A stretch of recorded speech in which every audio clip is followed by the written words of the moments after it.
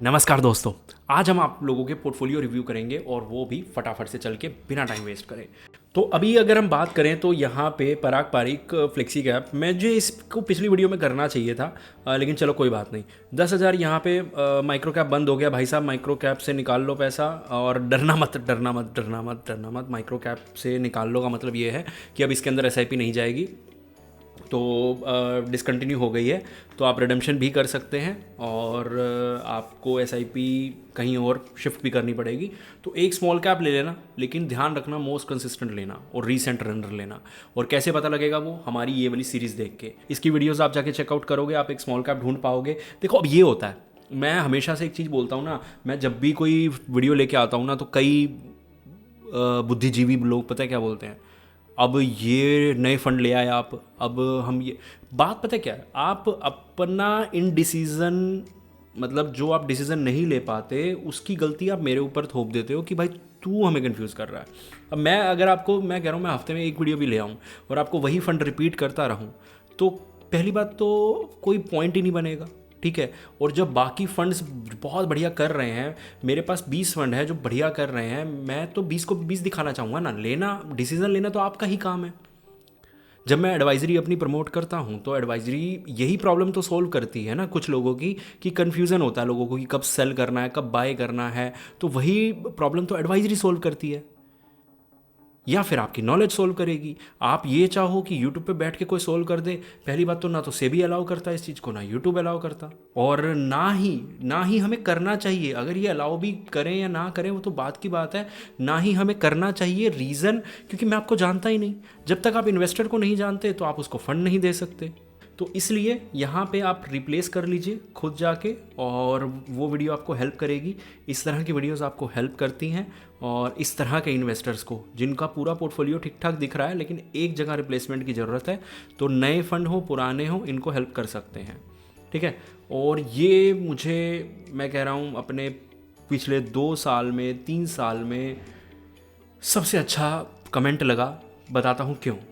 ठीक है। For the first portfolio my guess, इन्होंने जो बताया मुझे, जो हमने एक वीडियो में पूछा था सवाल, पराग पारिक और ICICI has overlap plus ICICI will also overlap with mid cap funds. ठीक है। तो इन्होंने कहा कि आईसीआईसी जो लार्ज और मिड कैप है ना, वो पराग पारिक फ्लेक्सी कैप से ओवरलैप करेगा और 100% करेगा। ठीक है। और मिड कैप ओवरलैप करेगा मिड कैप फंड से। ठीक है। मैं हमेशा बोलता हूँ कि either go with large cap और मिड कैप फंड सेपरेटली। बहुत अच्छी बात है।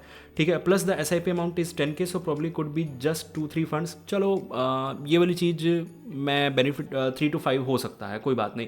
बट हाँ 3-4 फंड्स बेटर रहेंगे अगर आप किसी की मैनेजमेंट के अंडर नहीं है तो, क्योंकि मैनेजमेंट में रूल्स अलग हो जाते हैं जब आप मैनेजमेंट में नहीं हो, मतलब जब आप किसी एडवाइज़र के अंडर नहीं हो तो रूल्स अलग हो जाते हैं, और एडवाइज़र के अंडर हो तो रूल्स अलग हो जाते हैं। इस चीज़ के बारे में मैं कभी और बाद में बात करूँगा। Mirae asset small cap is also है new fund been less than 1 year, although it is performing well, might be the new fund run up, जिसे हम बिगनर लक बोलते हैं।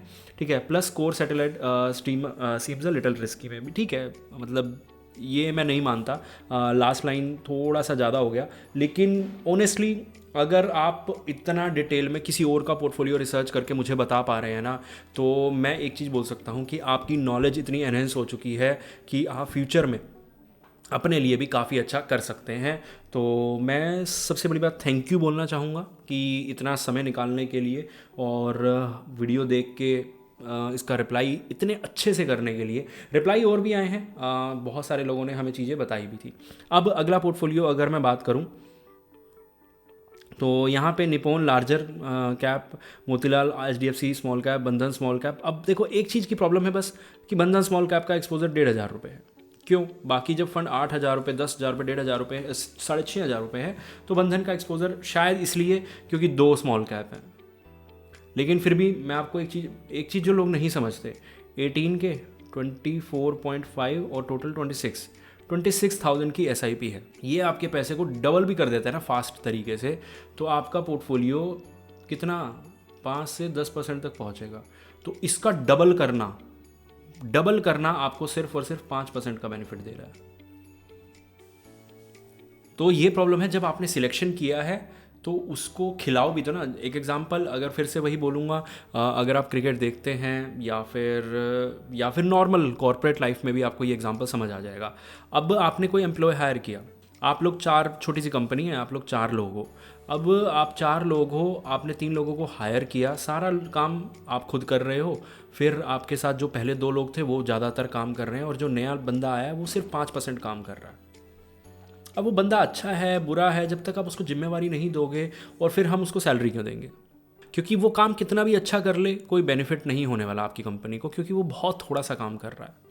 ठीक है, तो होपफुली आप समझ गए होंगे। और एक और पोर्टफोलियो, अब ये हम पिछली वीडियो में भी रिव्यू कर चुके हैं। यहाँ पे आईसीआईसीआई मल्टी एसेट थोड़ा सा सेफ्टी साइड हो जाता है, पराग पारिक ये पूरा एक इक्विटी पोर्टफोलियो बन जाता है, वन टू इन्वेस्ट। ठीक है, मुझे नहीं लगता इसमें कुछ चेंजेस हैं, एक मॉडरेट पोर्टफोलियो मैं बोल सकता हूँ इसको, जिसमें मुझे कोई खास बड़ी दिक्कत नहीं लगती। होपफुली आप समझ गए होंगे। मिलते हैं अगली वीडियो में।